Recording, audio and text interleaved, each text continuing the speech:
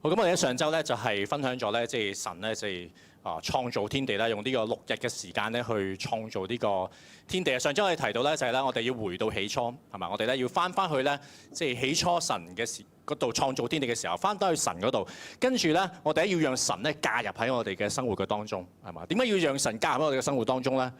因為咧，我哋嘅生活咧好多時候都係空虛混沌、好混亂咁樣，係嘛？咁所以咧，我哋需要咧即係讓神嘅聖靈啦、佢嘅話語啦，佢哋咧重整我哋嘅人生啊！咁呢個就係咧我哋上週分享到㗎啦。好，我哋今日咧再嚟睇焦點啲啦，就放喺咧神咧第6日造人呢件事上面啦。咁啊，今日嘅題目就係咧地球咧點解咧就要有人？其實地球可唔可以冇人嘅咧？呢個地球冇人可唔可以運作得到㗎？都可以嘅喎，係嘛？可能少啲污染啊，係嘛？即係仲可以運作得耐啲添，OK啊？咁啊，點解神咧係要讓地球咧係有人咧？我哋今日咧先讀我哋嘅經文啊。咁啊，創世記1章26至到2章3節同埋2章7節啦。我讀俾大家聽啊。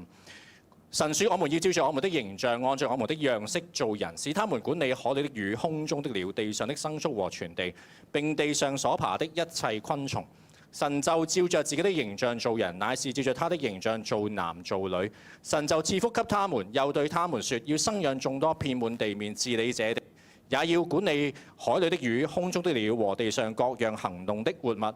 神說：看啊，我將遍地上一切結種子的菜蔬和一切樹上所結有核的果子，全賜給你們作食物。至於地上的走獸和空中的飛鳥，並各樣爬在地上有生命的物，我將青草賜給他們作食物。神事就這樣成了。神看着一切所造的都甚好，有晚上有早晨，是第6日。第2章啊，天地萬物都做齊了，到第7日，神造物的工已經完畢，就在第7日歇了他一切的工，安息了。神賜福給第7日，定為聖日，因為在這日神歇了他一切創造的工，就安息了。跟住咧就係講即係再仔細啲講咧，即係神創造嘅過程啊。第7節，耶和華神用地上的塵土造人，將生氣吹在他鼻孔裏，他就成了有靈的活人，名叫亞當。頂住，你覺得地球嘅主角係邊個？地球嘅主人翁係邊個？神創造咗咁多嘢，地球嘅主人翁係邊個？嚇？地球嘅主角咧就唔係人喎。地球嘅主角係邊個咧？係神。地球嘅主角係神。成本聖經咧第一句係乜嘢？大家背唔背到啊？背唔背到啊？第一句，成本聖經第一句，起初神創造天地，係嘛？第一句就講明咗呢一個世界存在嘅時候嘅主角係邊個？成本聖經嘅主角係邊個？呢個宇宙嘅主角係邊個？包括咗你同我嘅人生，你我嘅人生，整個人生唔知長定係短，我哋嘅人生嘅主角係邊個？弟兄姊妹，地球嘅主角並唔係人，地球嘅主角係神嘅自己。咁你係乜嘢啊？咁又唔好話茄喱啡 OK 嘅啊！咁我哋咧係最大嘅配角，係嘛？我哋一個最大嘅配角喺你嘅人生當中啊！你係最大嘅配角，神咧先至係嗰個嘅主角。神咧用5日半咧去做呢個天地啊！預備咗所有嘢，跟住咧最後咧先至到人嘅出現，係嘛？所以你發現咧，即係神創造天地嘅時候咧，臨尾咧先至咧最後咧係人嘅出現。點解要人最後先出現呢？點解唔做一開始做咗人先呢？咁亞當咪可以見到即係神創造整個過程咯，咪可以？但係唔係喎，要所有嘢做好晒啦，先至到人嘅出現，因為要所有嘢都預備好啦。無論係太陽、月亮、星星，遠至唔知幾多10億光年以外嘅即係行星做好咗啦，呢個宇宙做齊晒啦，大到都唔知我哋有幾大，呢個宇宙都預備好啦。跟住人就喺呢個宇宙當中一笪地方叫做地球嗰度咧去出現，因為所有嘢都要預備好，人先至係有一個適合嘅環境可以咧住喺呢個地球上面。所以當去到5日半嘅時候，神造人嘅時候咧係去到呢個創造嘅高峰。去到呢個創造嘅高潮，就係人出現喺地上面。雖然係咁樣，但我都要話俾你聽，人並不是呢個地球嘅主人翁，人只不過係配角。真正嘅主角係神，真正嘅主角係神。我哋頭先讀到嘅經文，我哋提到咧，即係我哋呢班人咧係按住神嘅形象同埋樣式去做出嚟嘅。係嘛？所以當我哋被造出嚟嘅時候咧，我哋係為咗彰顯神嘅形象，係嘛？當我哋被按着神嘅形象樣式做出嚟嘅時候咧，神係賦予我哋一個嘅目的，俾我哋人生嘅意義就係彰顯佢嘅形象，係嘛？唔係顯出你有幾靚女，你有幾靚仔，你有幾聰明，唔係呢啲嘢，係嘛？我哋所有嘅人都被賦予一個責任，就係顯出神嘅形象。所以主角並唔係你，係神。神做好多嘢，5日半裏邊咧做咗好多嘢啊！海裏嘅魚，空中嘅鳥咁，所有嘅走獸係嘛？交俾人去管理，交俾人去管理。咁但係呢啲嘢，所有嘅一切係咪屬於亞當同夏娃㗎？魚啊、鳥啊、走獸係咪屬於亞當夏娃㗎？屬於邊個㗎？屬於神㗎喎，係交俾佢哋去管理嘅啫，交俾佢哋去管理嘅啫，唔係屬於佢哋嘅喎。所以弟兄姊妹，所有嘢都係為咗神嘅，神先至係真正嘅主角。咁我哋咧，我哋係做啲乜嘢咧？當我哋話神係呢個天地嘅主角，係你人生嘅主角嘅時候，所有嘢都交俾你去管理嘅啫。有時候我哋條氣又唔順，因為好多嘢都交俾你去管理，你嘅人生啦、你嘅時間啦、你嘅金錢啦，係咪啊？你嘅事業啦、你嘅學業，神交晒呢啲嘢去管理，管下嘅時候咧。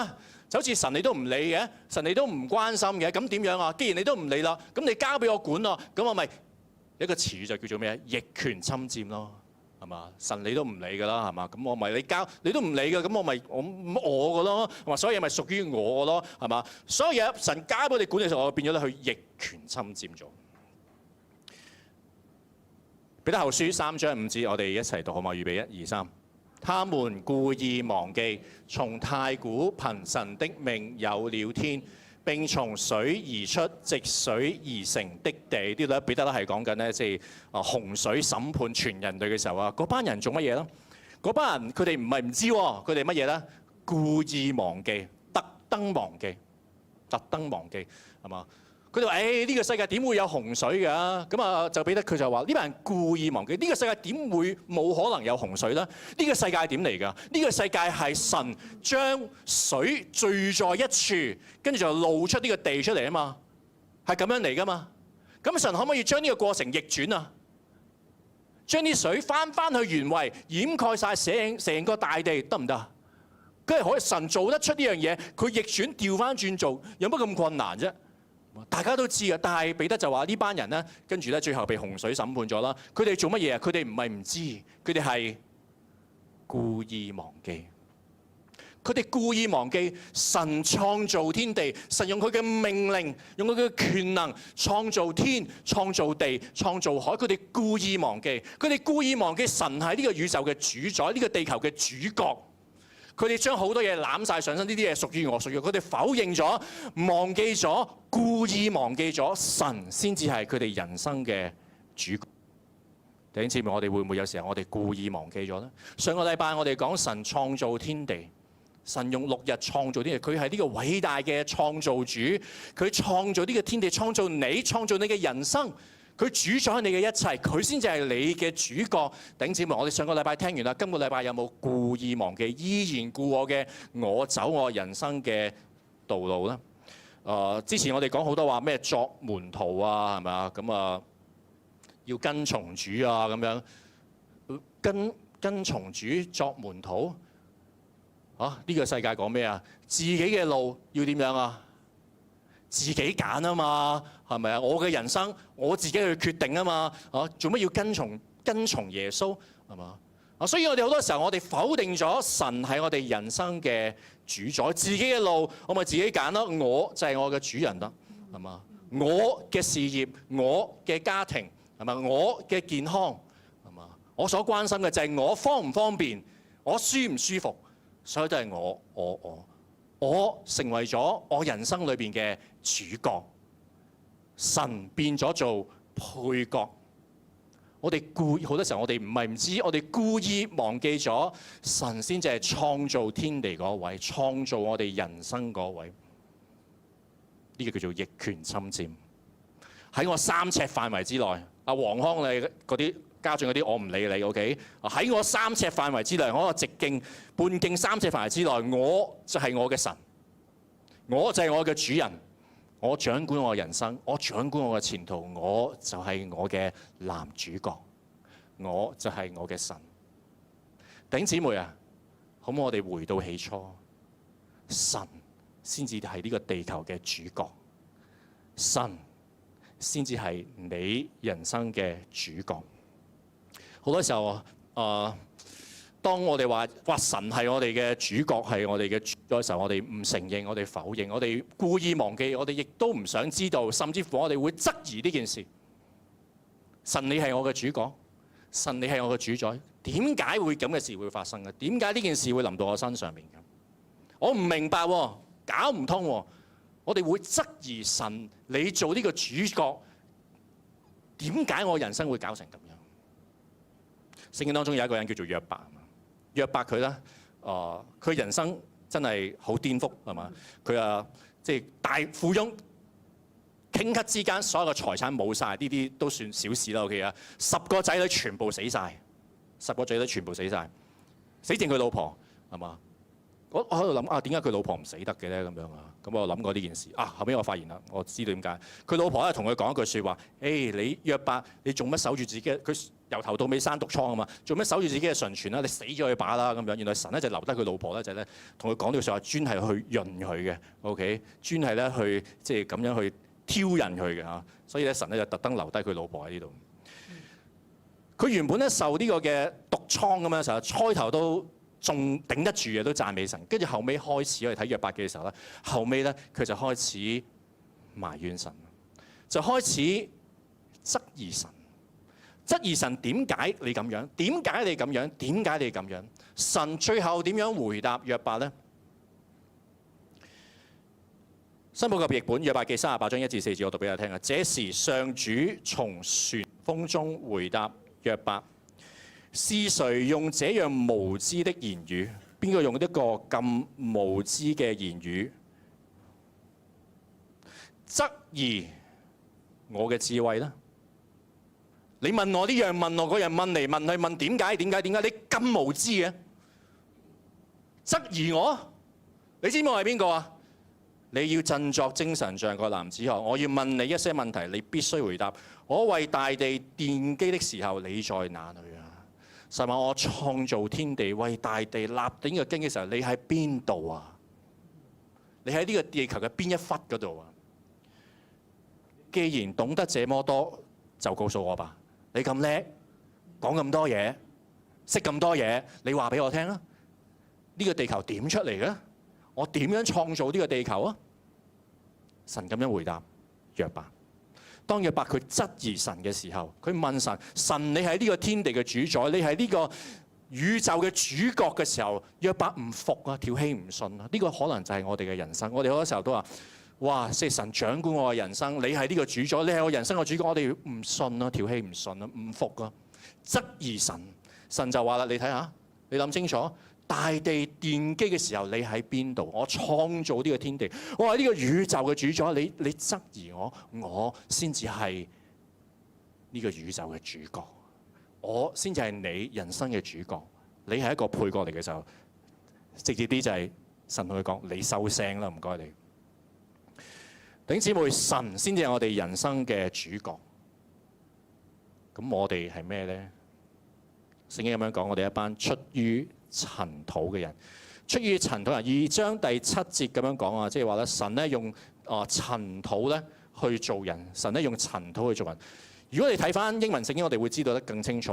塵土呢個字咧就係 dust， 就係灰塵。灰塵，神用灰塵咧去做我哋呢班人嘅出嚟。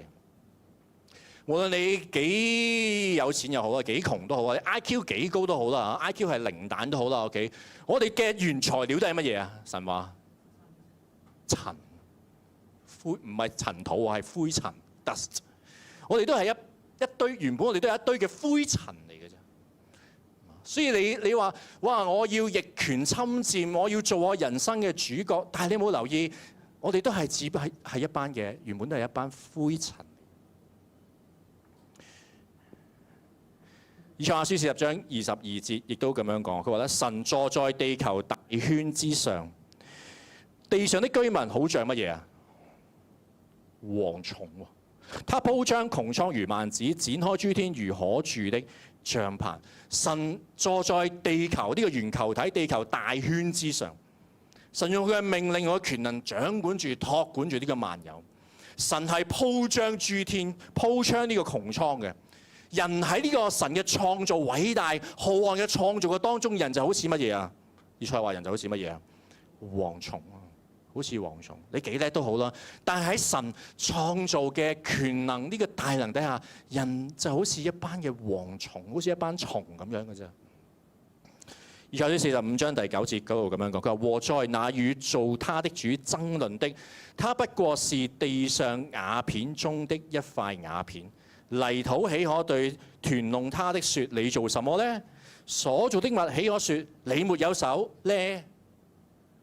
呢度就話啦，那與造他的主爭論嘅，我哋爭論啊，我哋同神爭論，好似頭先約伯咁樣質疑神啊，我同神做咩啊？爭做主角啊，係嘛？我哋要爭上位，我要做我人生嘅主角，我唔想神你做我人生嘅主角，我哋要爭做男一，我哋要爭做主角。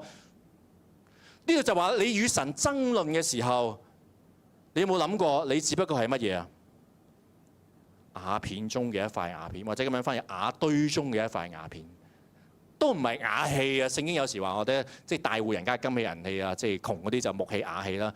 瓦器都可以用咗嚟栽水嘅，你只不過係乜嘢啊？神話你只不過係乜嘢？瓦堆中嘅一塊瓦片，瓦器都可以栽水飲下，OK？瓦片有咩用啊？瓦片有咩用啊？拗下痕啊，頂多 OK， 係嘛 OK？ 斟啲水都斟唔到嘅。聖經就話我哋人好似一塊瓦片，好似灰塵，好似蝗蟲咁樣。詩篇103篇第14節咁樣講，佢話因為他知道我們的本體，思念我哋只不過係乜嘢啊？神有時會眷顧我哋，因為佢思念我哋只不過係塵土。一堆灰塵嚟嘅啫，神有時會憐憫我哋。弟兄姊妹，聖經就係咁樣形容我哋咯。我哋就係嚟自一堆嘅塵土，我哋出於塵，我哋係蝗蟲，我哋係瓦片。人算什麼？我哋算得係啲乜嘢？好似灰塵一樣。不過我哋好似一班灰塵嘅人，有時就好沙塵喎，沙塵白霍嘅啊，係嘛？我哋明明係一堆灰塵，但係就好沙塵，要爭做男主角，要爭做同神爭做我人生嘅主角。聖經話：你諗清楚啊！你同我爭辯，你同我爭論，你質疑我，你一堆灰塵嚟嘅咋。最後咧，我哋出於塵，我哋嘅結局會係乜嘢？因著人犯罪，因著亞當夏娃犯罪，我哋最後嘅結局會係歸於塵土，係嘛？創世記3章19節話：你哋本係塵土，最後仍然要歸於塵土。我哋原本係一堆塵，最後都要歸於塵土。呢個就係我哋嘅人生。你仲想爭啲乜嘢？做乜要同神爭做你人生嘅男主角？我嘅路我要自己揀呢。喺美國咧有個小説家叫做辛克萊路易斯，簡稱叫路易斯都 OK 啦。咁啊，佢係一個好出名嘅小説家，咁啊有名有利。1930年嘅時候咧，佢就攞咗呢個咧諾貝爾嘅文學獎，咁啊，所以佢當時好出名。我哋唔識佢，當時咧係好出名嘅。一個美國人，咁啊佢就喺羅馬嗰度就死喺羅馬嗰度，因為咧就佢係酗酒啊。咁因為酗酒咧就死咗喺咧羅馬嗰笪地方嗰度。咁啊跟住佢就火化啦，佢嘅骨灰咧要運翻去美國嗰度，因為佢一個好出名人啊。咁佢骨灰咧就暫時擺咗喺咧羅馬嘅嘅大使館嗰度，美國嘅大使館嗰度。咁啊有一個遊客咧就去到呢個嘅羅馬嘅大使館嗰度啊，咁啊見到一個人，咁咧就踎咗喺度，揸住個垃圾鏟同埋掃把，跟住又見到有個骨灰龕咧就係倒瀉咗、傾側咗。咁呢個遊客就問你做緊乜嘢啊？咁佢就好若無其事就話：我喺度掃緊阿路易斯。弟兄姊妹啊，最後我哋都係歸於塵土，跟住掃入去垃圾桶。垃圾產嗰度。呢個就係我哋嘅人生。點解你要爭做男主角呢？點解唔可以神做你嘅男主角呢？啲科學家話俾佢聽咧，塵係點嚟嘅咧？你有冇諗過呢個問題啊？大家嘅人生係咪都同啲灰塵喺度搏鬥緊啊？不斷都喺度啊！咁啊，塵點嚟嘅咧？咁啲科學家話俾佢聽咧，就係咧，其實咧，我哋室內嘅塵咧，灰塵咧，有2/3咧，其實係嚟自室外嘅，嚟自室外嘅嚇。咁所以呢度嘅塵咧，咁呢度冇窗嘅喎，冇窗咁啊，即係靠大家嗰啲鞋底咧，就係咧帶入嚟呢個會所嗰度 OK 啊。咁所以我哋咧呢度咧2/3嘅灰塵咧係嚟自咧室外。咁室外嘅灰塵嚟自乜嘢咧？主要咧好多咧都係嚟自泥土喎，係嘛？咁啊泥土咧，咁啊佢就咧會咧即係有啲嘅碎喺度啦，咁啊形成咗呢個嘅灰塵，形成呢個灰塵。頭先話我哋出於泥土、塵土，最後都歸於塵土，係嘛？我唔理你火化又好啦，土葬又好啦，點都好啦。咁我哋最後咧就係咧都會係呢個泥土嗰度啦。跟住我哋咧即係你當你係土葬啦，你最後你嘅身體就會俾呢個泥土分解咗啦、吸收咗啦，成為泥土一部分啦。跟住成為咗灰塵啦，成為咗灰塵嘅時候咧就會周圍飄啦。有2/3咧就有部分咧就會飄咗去啦呢個室內嗰度啦。咁所以係啦，而家喺我哋周圍呢度啲灰塵咧，譬如我呢個抱架呢一紮灰塵咧，就可能咧嚟自咧若干年前咧某某嘅天才科學家。OK， 跟住呢一撇咧就可能咧某某若干年咧嚟自某位天才嘅音樂家。佢哋最後都成為咗乜嘢啊？灰塵，成為咗灰塵。弟兄姊妹，呢個就係人係嚟自一堆嘅灰塵，最後都會係變翻做一堆嘅灰塵。但係好奇妙嘅係一個好大嘅反差係，神係呢個宇宙嘅主角，我哋好似一堆灰塵咁樣。但係最大嘅反差、最奇妙嘅事係乜嘢咧？就係今日我要講嘅人，我哋呢班灰塵竟然能夠有神嘅形象，我哋竟然能夠有神嘅形象。當神造人嘅時候，佢話人甚好啊，正啊 ，good very good。你知道咧，即係如果你睇翻呢個聖經嘅時候咧，神用6日創造呢個天地，第6日嘅時候咧有個定冠詞嘅。OK 啊，佢話咁啊新呢個嘅環球聖經譯本咧就翻譯咗出嚟，其他都冇翻譯出嚟嘅 OK 啊。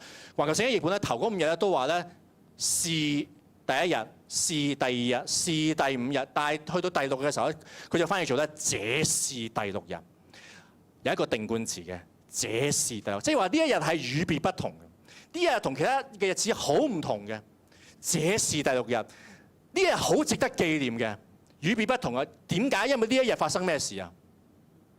因為呢一日人出現咗喺呢個地球上面，所有都整好晒，預備好晒，跟住就人就出現喺呢個地球上面啦。當神喺度用6日創造天地嘅時候，創造好多天體啊、光啊、好多嘅生物嘅時候咧，神係咁樣講，佢話神看着是好的，講咗好多次，神看着是好的 ，good， 看着是好的。咁但係去到1章31節，1章最尾嘅時候咧，神就話啦，看着一切所做的就唔係好喎，係乜嘢咧？當做晒所有嘢嘅時候咧，就話甚好，唔係好啊，係甚好 ，very good。咁原本神做呢個天地啊、星球啊，係嘛？咁啊走獸嘅時候咧，原本係 good 嘅。但係做齊晒所有嘢之後咧，神就話做一切都 very good 啊！我點解咧？點解由即係唔計人啦？點解其他嘢由 good 變做 very good，由好變做甚好嘅咧？因為所有嘅神做所有嘅一切，包括咗唔知幾多10億光年以外嘅星球，係嘛？所有一切神做好咗啦 ，good。不過未係 very good。點解啊？因為所做嘅一切都係為咗乜嘢？為咗人嘅出現啊嘛。呢個浩瀚嘅宇宙，科學家研究幾耐都拗晒頭嘅呢個咁奇妙嘅宇宙，所有嘢嘅走獸、生物咁奇妙，所有嘢 good， 但係呢啲全部都係為咗人嘅出現，人未出現嘅時候，都唔能夠講 very good 甚好。但係當人出現嘅時候，呢啲天地萬物佢哋就發揮佢哋嘅功能，因為人出現咗啦，所有嘢都能夠為咗人嚟效力啦，所以萬物就 very good 甚好啦。神就話呢個完美啦，冇得彈。神看一切甚好。當人正式出現喺呢個地球上面嘅時候，神就話所做嘅一切都變得甚好。去到我哋第二章嘅時候咧，提到咧，即係神就揭了佢嘅工作啦，係嘛？咁啊，跟住咧就係2章第2節咁樣提到嘛，即係神咧就揭咗佢嘅工作，跟住咧就休息咗啦。跟住後尾咧啲人咧就定呢日為聖日啦。咁後尾啲人咧就以色列人就叫啲做守呢日咧做呢個安息日啦。第7日咧係安息日，但我想問咧，神其實需唔需要休息嘅？神使唔使休息嘅？神係咪話哇？我做咗6日天地，哇，用咗好多能量喎。咁啊，好攰喎，唞翻1日先咁樣係嘛？好似我哋咁樣，哇！即係翻工翻咗6日喎，真係命都冇啊！即係要點都要唞1日㗎啦，係嘛？OK，唔係即係生存唔到㗎喎。係咪好似我哋咁樣要唞一唞先啊？神點樣創造呢個天地話？用咩創造呢個天地話？點解會有光話？神講句説話就有㗎啦嘛，使幾攰啊？嚇！咁講句説話都好攰，咁我講咗咁多嘢，咁我咪唞翻幾年啦，咪要 OK 嚇。咁神講句説話，咁呢個幾句説話，咁嘅天地就有㗎咯喎，係嘛？咁所以神係咪因為好攰所以要休息咧？弟兄姊妹唔係啊。點解神要第7日係歇了佢嘅工作，跟住就安息了咧？呢個所謂嘅安息咧，有其他譯本翻譯做係歇息。歇息意思即係話咧，神停咗佢個重點係神喺呢一日啊唔係暫停，神喺呢一日停咗佢嘅工作，唔需要做嘢啦。意思即係乜嘢啊？點解神要特別強調佢停咗佢嘅工作啊？因為佢過去嗰6日所做嘅嘢已經係點樣啊 ？Very good， 甚好，完美啦，仲使唔使做啊？使唔使改啊？人出現咗啦，按照佢嘅形象同埋樣式出現咗啦，需唔需要更改啊？使唔使哇？黃康你得2隻眼，睇嘢唔係咁清楚喎，整多隻眼俾你啦 ，OK 啊？後備攞嚟做後備都好啦，咁樣係咪啊？改一改佢先咁樣。神有冇更改啊？需唔需要改啊？唔使改啊，已經係完美。神做一切已經係完美，因為人甚好，喺神眼中 very good。甚好，神喺佢創造所有嘅一切，天地萬物咁奇妙出現嘅時候，當人出現嘅時候，神就話甚好 ，very good。你知唔知呢個咩嚟㗎？知唔知呢個咩嚟㗎？蕉同埋膠紙係咪 ？OK， 呢個咧係一個藝術品嚟嘅，大家知唔知㗎 ？OK， 呢個係一個藝術品，一個咧意大利嘅行為藝術家，佢係強調係行為藝術家卡特蘭咧咁啊嘅藝術品嚟嘅。咁啊佢就將一隻香蕉啦，揾條膠紙就貼咗喺牆嗰度。咁呢個就係佢創作嘅藝術品啦。咁啊拍賣有佢整咗3次嘅，3次 OK 都唔難整嘅 OK 係咪 OK？ 整咗3次。咁啊第一次喺2019年嘅時候拍賣，咁啊拍賣咗咧97萬港幣，97萬港幣。第二次喺2023年嘅時候，第三次啱啱過去2024年嘅時候。咁啊就拍賣，咁啊一個中國嘅商人咧就係投得呢個藝術品。呢個藝術品咧有名嘅，呢個藝術品咧叫做咧喜劇演員，佢有名堂啊，叫做喜劇演員 OK 啊。咁呢個中國嘅商人咧就投得呢個嘅藝術品啦。咁啊就係成交價咧係4825萬港幣，4825萬港幣。咁佢投得呢個喜劇演員之後咧，跟住你知唔知佢做咩啊？就食咗佢啦 ，OK 係咪 OK？ 你唔擺得好耐嘅啫嘛 ，OK 啊！之前嗰2條都係咁樣嘅，俾人食咗 OK 啊！呢個意大利嘅藝術家，佢用佢創作呢一個嘅喜劇演員，成交價係4000幾萬。但係你知唔知呢個地球上面最靚嘅藝術品，你知唔知係乜嘢？創世記2章7節，新約譯本咁樣講，佢話上主即係耶和華嘅上主神用土地上的塵土塑造人。造呢個字咧，原文咧係塑造。塑造呢個字係用於呢一個嘅藝術品嗰度。即係話神佢話你喺佢眼中係一件乜嘢？藝術品。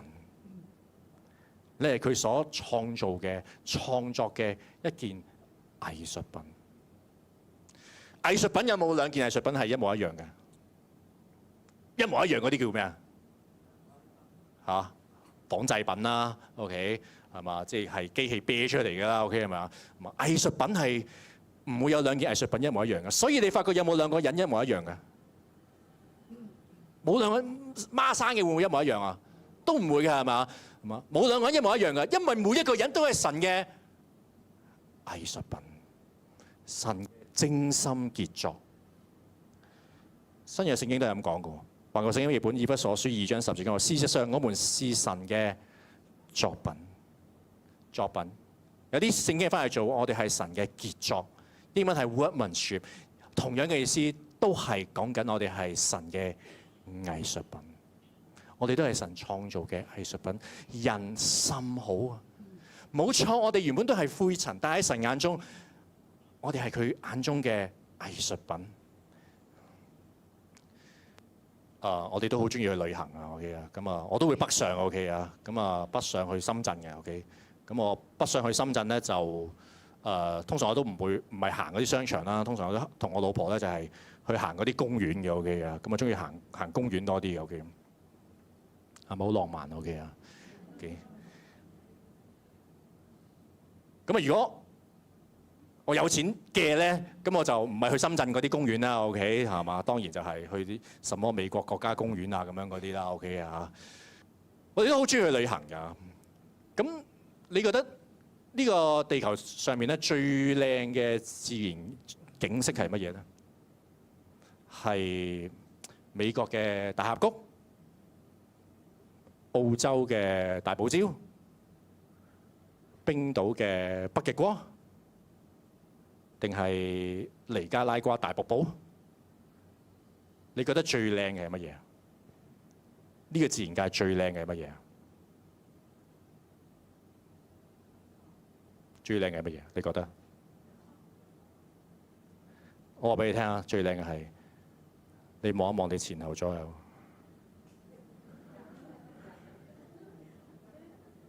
你知唔知最靚嘅係乜嘢？人啊！你冇即刻嘔出嚟 OK 啊！喺神嘅創造當中，人係最靚、甚好，係神眼中嘅藝術品。弟兄姊妹，點解神做人佢哇正啊、甚好啊？讚歎係我嘅藝術品啊！冇呢個地球上面冇一樣嘢能夠比得上人啊！人先至係呢個自然界當中最靚嘅。點解啊？弟兄姊妹，原因係乜嘢啊？人甚好，因為我哋人係點做出嚟嘅話，係按着神嘅形象同埋樣式做出嚟嘅。呢個先至係我哋嗰個價值所在。我哋同獅子、老虎、大笨象唔一樣，因為我哋呢班人係按照神嘅形象同埋樣式做出嚟。當我哋按照神嘅形象樣式做出嚟嘅時候，亦都意思即係話我哋能夠代表神。我哋有神嘅形象同埋樣式，即係話我哋能夠代表神。我哋再讀多一次創世記1章26、27節好嘛？我哋一齊再讀多一次啊！預備1、2、3。神說。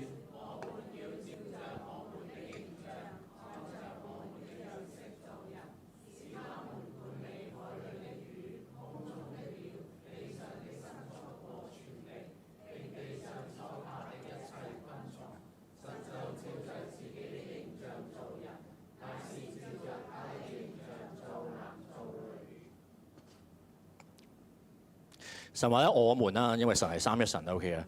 咁啊，佢照住咧佢嘅形象同埋樣式咧做我哋。我哋冇需要咧太過去分析形象同埋樣式啊。聖經學者話俾你聽咧，其實可能係指着同一樣嘢嚟嘅。因為我哋後邊咧都發覺咧，神再講嘅時候咧，佢話佢照住佢嘅形象啦，係嘛做人啦，照佢嘅形象咧做男做女就冇提樣式。後面之後嘅聖經都係咧兩個詞語，有時都係互換嘅 OK 啊。咁啊，形象又好，樣式又好，其實係指住乜嘢咧？我哋按照神嘅形象同埋樣式去做，咁係代表我哋神好似我哋咁樣有兩隻眼、一個口、一個鼻咁樣，係咪咁嘅意思啊？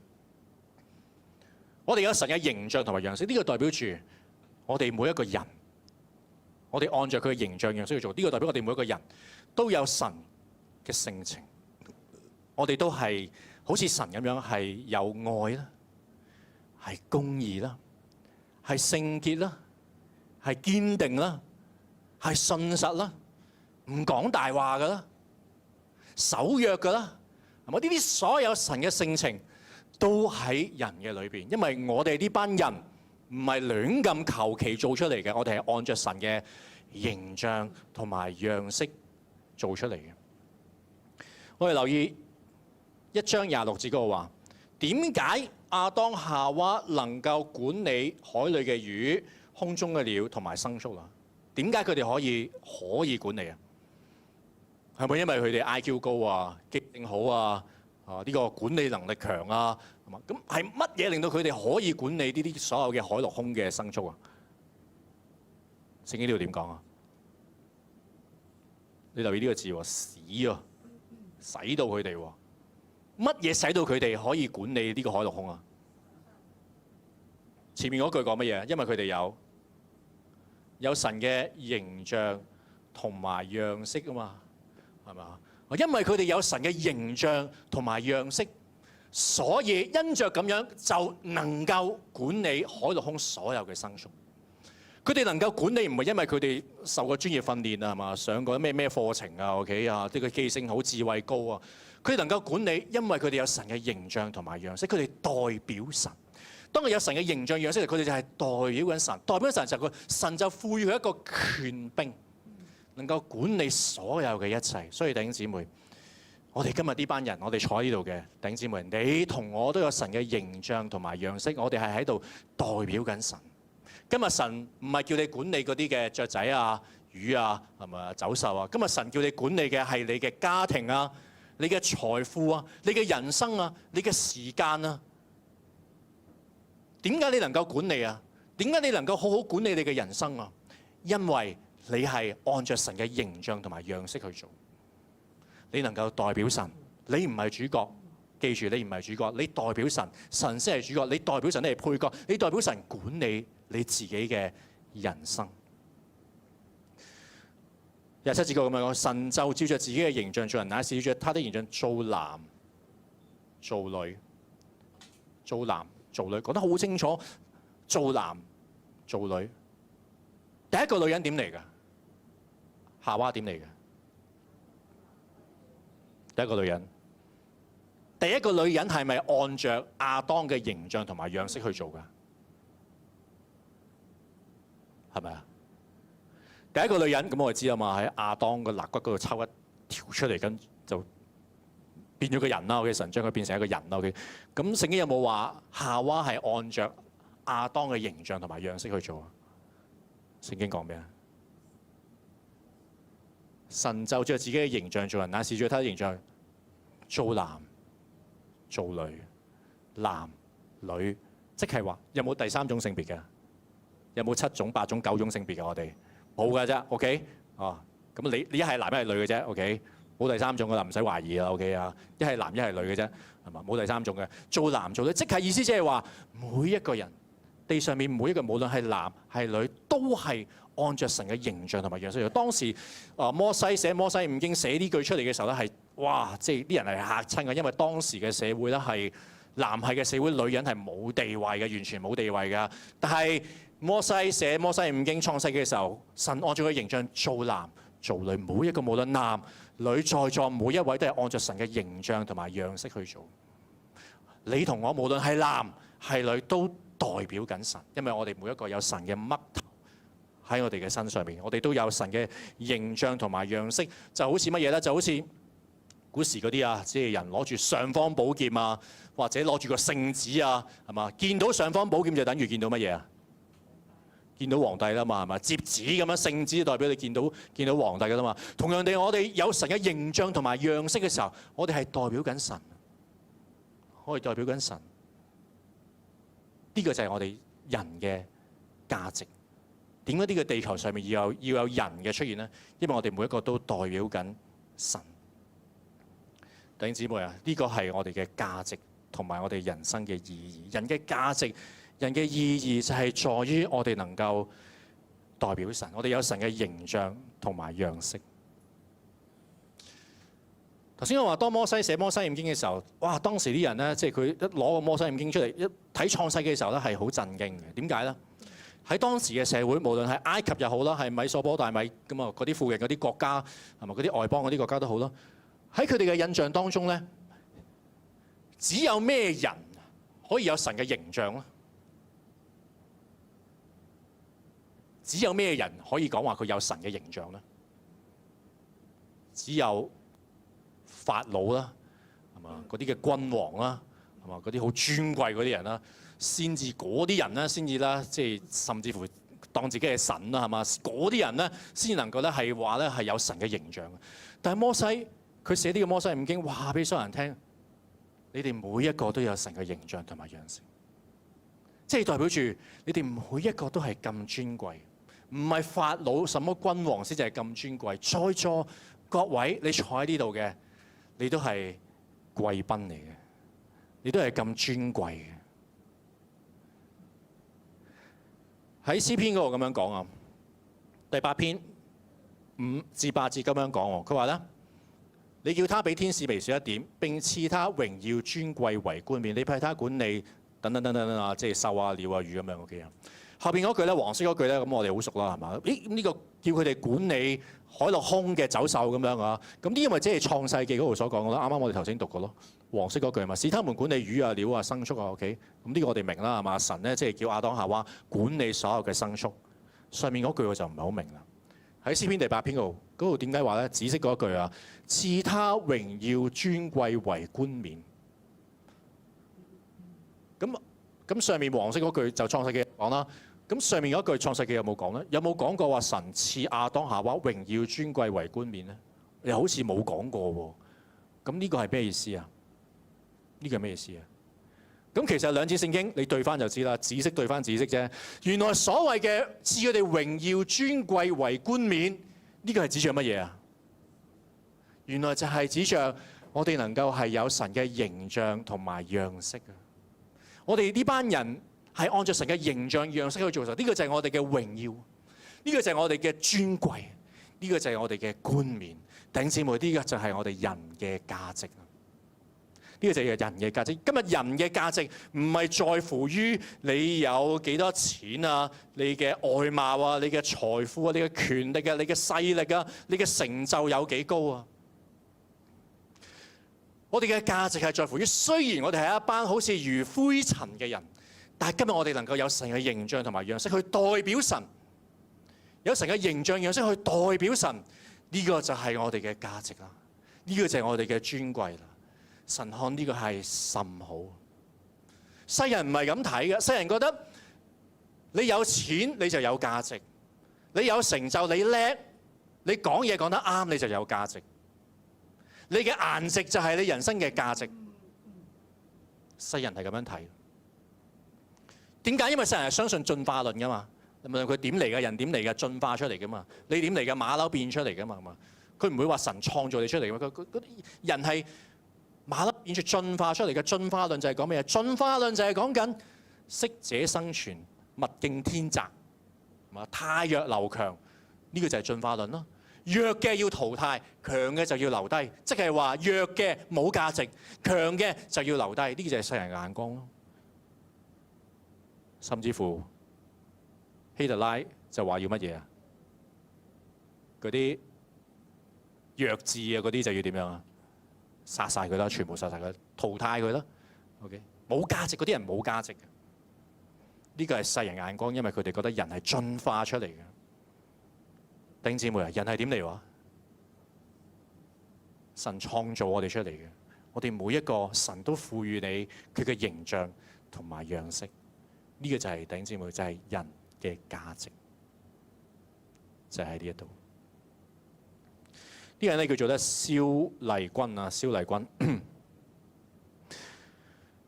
咁你而家見到佢呢個樣咧，好大嗰個樣咧，就係經過咗24次嘅整容手術之後嘅成果嚟嘅。佢右眼失明啊！佢原本咧係酒店裏邊咧一個最紅嘅陪酒小姐。咁啊有一次咧就係佢一個相熟嘅酒客咧就去揾佢啦，上佢屋企嗰度啦嚇。咁啊想向佢行兇。咁啊喺呢個嘅糾纏期間咧，呢個嘅兇手咧就喺廚房咧就攞咗把刀咧，就係咧向佢塊面咧就插咗10幾刀，跟住咧再用滾水咧就咧淋落佢個頭嗰度。佢當時只係諗住一樣嘢，就係我唔想死住，我唔想死住。咁啊，經過一輪嘅搶救之後咧，佢就唔死得。咁但係你可想而知咧，之後嘅結果會係乜嘢啦？嚇，即係佢要咁樣去整容20幾次，變成咁嘅樣，跟住好自然，我哋諗到佢就會有好多後遺症啦、失眠啦、抑鬱啦、恐懼症啦，擔心個兇手翻嚟揾佢啦。植皮失敗造成嘅痛苦啦，佢多次企圖要自殺。喺醫院嘅時候咧，有個基督徒嘅護士向佢傳福音，佢相信咗耶穌，佢信咗耶穌。佢信咗耶穌之後，佢慢慢認識神嘅心意，知道人係按照神嘅形象同埋樣式去做。佢漸漸地，佢能夠面對群眾。一件好唔簡單嘅事 ，OK？ 咁樣嘅面孔破碎嘅臉，佢慢慢佢接受，佢能夠向住眾人面對群眾，去為耶穌作見證。佢去咗世界各地不同嘅地方，幾次場嘅佈道會向人嚟作見證。佢話俾人聽，有一個破碎嘅面孔。一啲都唔可怕，最可怕嘅係人有一個破碎嘅心。最可怕嘅係人唔知道自己係按住神嘅形象同埋樣式去做。弟兄姊妹，今日你喺你嘅屋企、公司、學校、家庭、教會。記住，你代表緊神，你有神嘅形象同埋樣式，你代表緊神。呢個係你人生嘅意義、存在嘅價值、神造人嘅目的。兩句説話總結我今日所講嘅，請大家唔好代替神，神先至係呢個宇宙嘅主角。我哋唔好故意忘記神創造天地，佢係呢個天地嘅主宰。唔好逆權侵佔，我要做男一，我係我人生嘅主角。我記得我哋唔好代替神，我哋只不過係一堆嘅灰塵，最後都係要歸於塵土。我哋要做嘅係